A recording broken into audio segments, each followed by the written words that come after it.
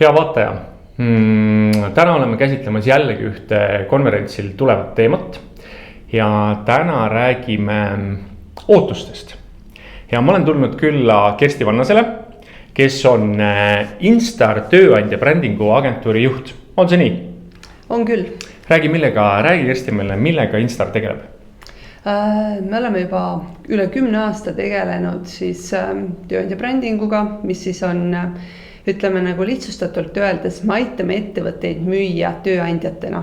Ja miks me seda teeme, on ikka sellepärast, et väga keeruline on praegusel hetkel leida neid inimesi, häid töötajaid ja me tahamegi aidata ettevõtetel seda nagu paremini teha. Okei, ütle, kas ettevõtjad on juba aru saanud sellest, et nende kuvand ühiskonnas on oluline või nende kuvand turul on oluline või see on alles lapsekingades?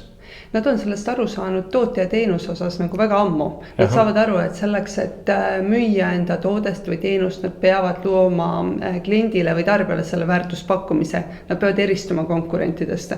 Aga neil hakkab järjest rohkem nagu ka ütleme kohale jõudma, et ka selleks, et leida see hea töötaja, tuleb ka eristuda enda siis tööturu konkurentidest, et ei piisa lihtsalt sellest, et pakkuda täpselt seda sama, mida kõik teised pakuvad ja siis mõelda, et miks ma ei leia neid häid inimesi. Ehk siis sõda inimeste pärast on nagu väga tugevalt käimas.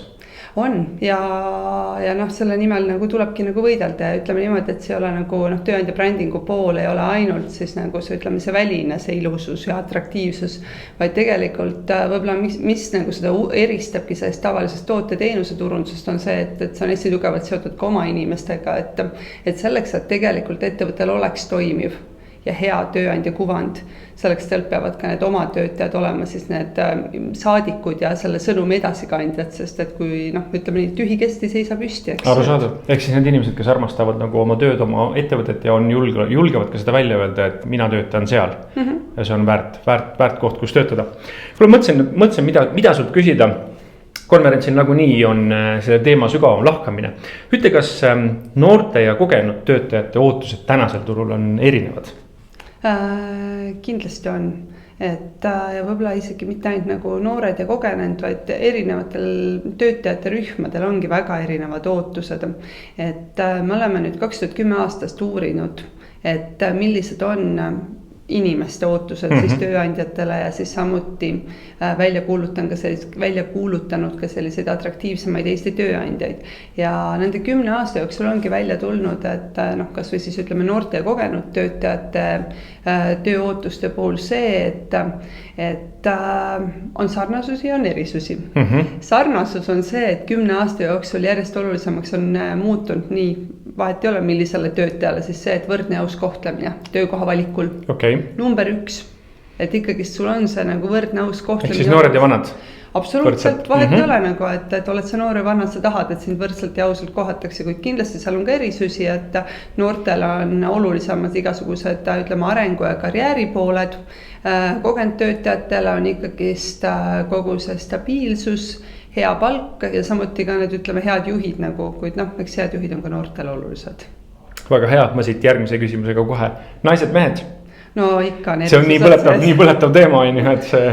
Ikka on see, ja seda me oleme vaadanud nüüd ka viimastel aastatel järjest rohkem, et kuidas need nagu erisused sealt välja tulevad, et tõesti kas või need nagu juba teada tuntud erisused palgaootuste osas, sest me küsime ka palgaootust. Ühiskonna aktuaalne teema kogu aeg siin viimasel ajal on või nii, et see... Täpselt, et eks ikka nagu poiste ja meeste palgaootused on naistest kõrgemad sõltumata sellest ka, et mis eriala õpitakse, et tavaliselt öeldakse, et need naised, need ongi seal pehmemates erialades, mehed on kõvad nagu kõvemates nagu ütleme reaalalades, et me saame seal väita nagu ütleme sellise poole nagu kohe uuringuga ümber lükata, et kui me vaatamegi ütleme IT-d õppivaid tüdrukuid ja poisse, eks ju, siis nagu IT-d õppivad tüdrukute palgaootus ikkagi on veidike madalam kui IT-d õppivate poiste oma. Et seega... Ja see on siis tüdrukute nagu enda poolt ootus või turg?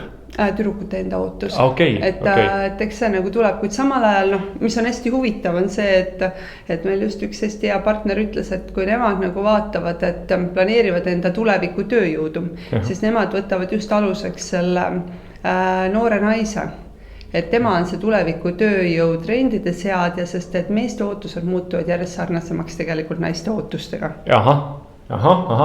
Keda siis, mis vanuses inimest täna võetakse aluseks selleks, et tuleviku trendi kas see on mingi, saab kuidagi grupeerida mingit vanusevahemik, see ja see on täna see, kelle järgi tööandja seab oma samme nagu tuleviku planeerimisel? No eks nagu ütleme, kui tööandja planeerib tulevikku või räägib üldse enda töötajatest, siis ta ütleb ka nii, et mind huvitavad ainult kogenud töötajad ja kohe ja praegu. Ja siis oleme meie need, kes ütleme, et kuule, tegelikult vaata seda järelkasvu, et vaata neid noori ka, sest ega neid ei ole väga palju, need ongi 5 aasta pärast need kogenud töötajad, keda sul on väga raske leida. Et tegelikult ideaalne siis selline sihtrühm, kelle pealt siis tulevikku ennustada, ongi need viimaste kursuste ülikoolide lõpetajad.